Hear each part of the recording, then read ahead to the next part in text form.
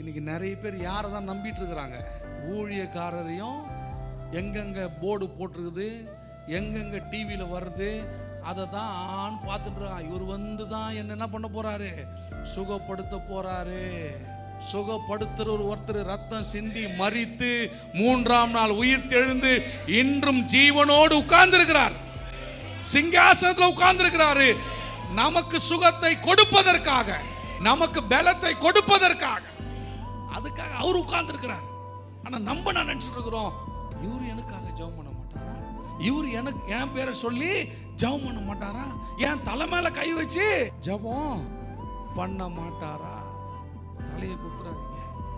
தலையை கொடுத்துட்டீங்கன்னா திருப்பி எடுக்க முடியாது. உங்க தலை மேல அவர் அவர் அவர் கரம் மட்டும்தான் படணும். அவர் தான் உங்க தலை மேல கையை வைக்கணும். அவர் அபிஷேக தைலம் தான் உங்க தலை மேல ஊற்றப்படணும். உங்கள் சிரசு அவருடையது.